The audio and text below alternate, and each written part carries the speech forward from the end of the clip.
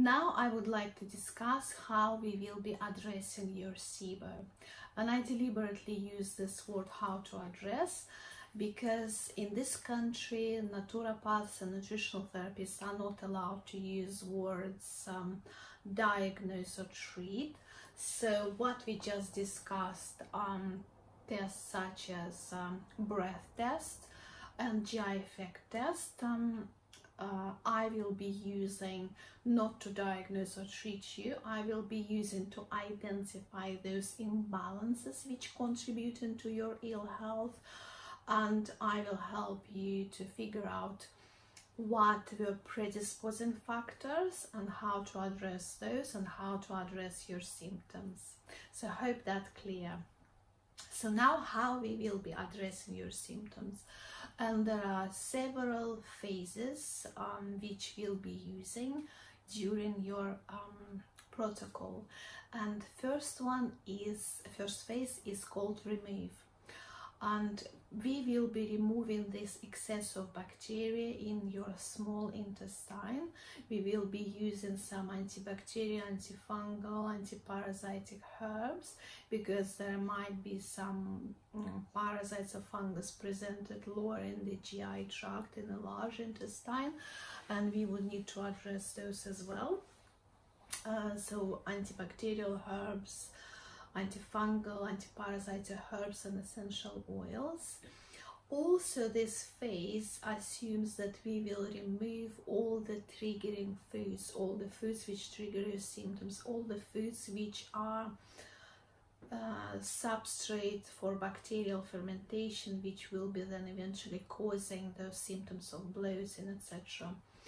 And several diets are helpful, and there are several diets which are helpful to reduce those substrates, which are carbohydrates and fibers.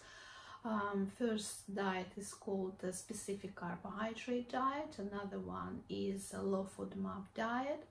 Some people use even ketogenic diet. And there is another one called elemental diet, which is medical liquid diet. So all these diets removing or reducing the amount of substrate for bacteria to ferment. Therefore, sometimes it doesn't even matter which diet you choose, just pick one diet which you think is more appropriate for you, because they will all work. It's just a matter of preferences.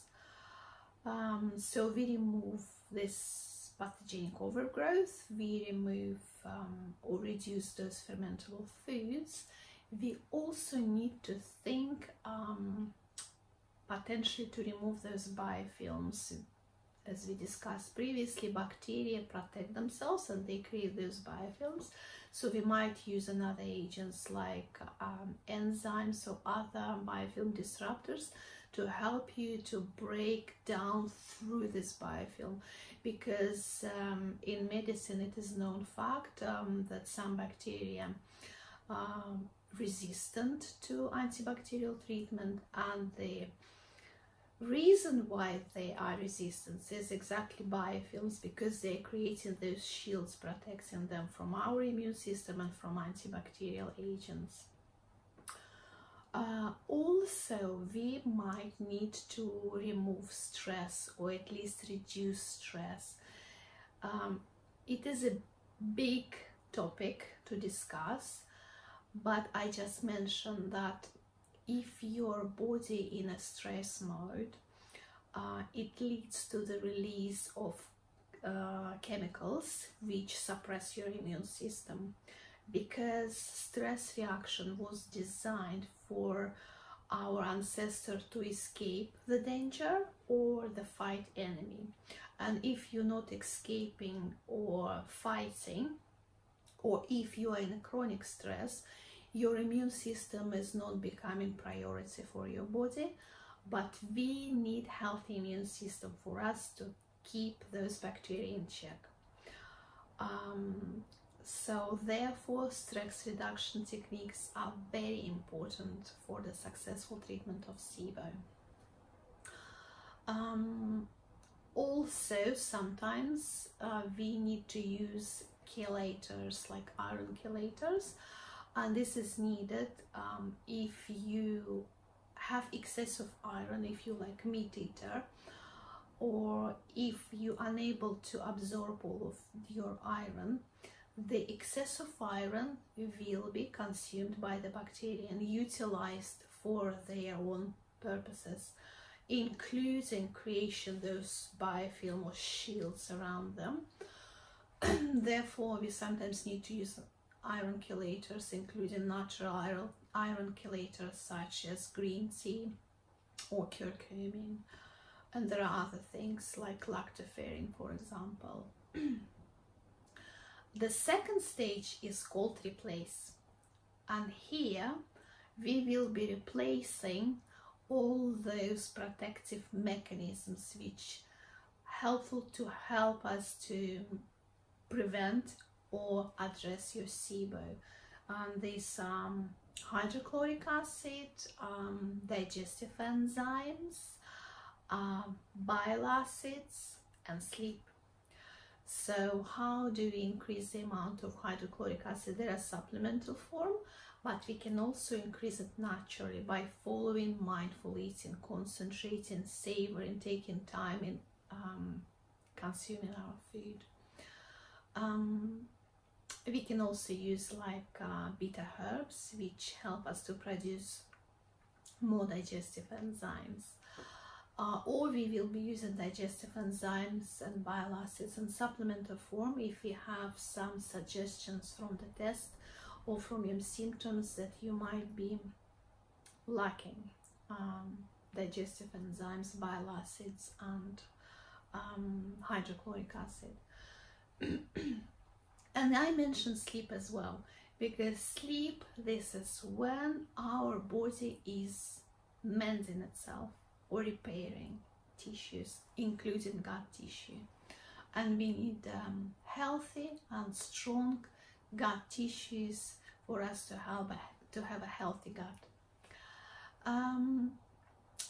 And during this stage of repairing, which is the next stage, we will be replacing all of these insufficiencies or deficiencies for this healthy gut rebuilding. And we need to think about amino acids, essential fatty acids, vitamin A, vitamin D, vitamin E, vitamin C, zinc, and L-glutamine. So these are all building blocks which would help us to rebuild this new healthy and strong gut tissues. And the last stage is called re-inoculate, because previously, as we've been using some antibacterial herbs, they might reduce your count of the beneficial bacteria, and we will be re-inoculating your gut with these helpful and beneficial bacteria through the either prebiotics or probiotics, or prebiotics and probiotics in natural forms, or fermented foods such as kefir. If you're lactose intolerant, this can be coconut milk kefir, this can be kombucha, sauerkraut, fermented beets, etc., kimchi, things like that. So I hope that after this video you will now have better understanding of your conditions, or what might be contributing into your symptoms.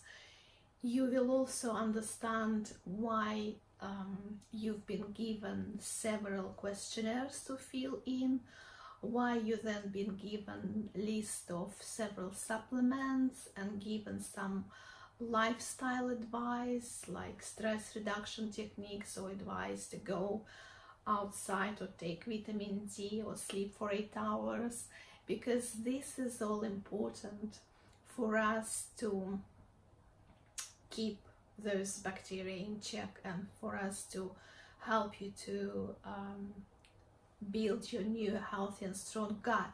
Because as Hippocrates said 400 years BC, all disease starts in the gut, because gut is where we derive our nutrients from food.